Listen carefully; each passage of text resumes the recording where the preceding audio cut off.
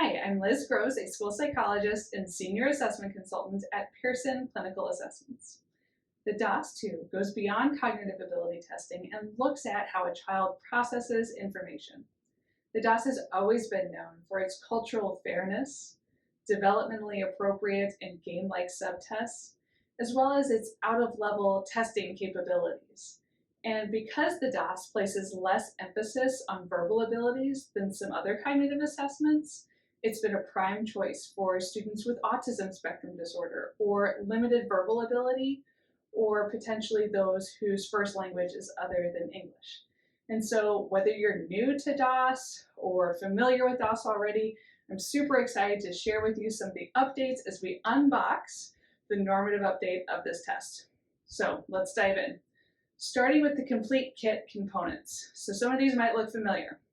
As you can see, there are lots of engaging interactive manipulatives that are interspersed throughout the activities of this test. It keeps administration fun and kids love it. Now, looking at the other testing materials, there are 4 stimulus books. So here's an example of one of those. Additionally, there is an administration and scoring manual that the examiner can prop up and guide you through the assessment.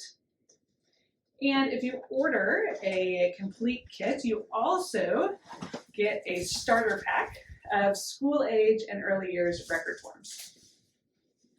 Now, looking at the normative update materials, so these are all new. First, we have the normative update school age manual, which is going to walk through everything that went into the normative update for the school age population.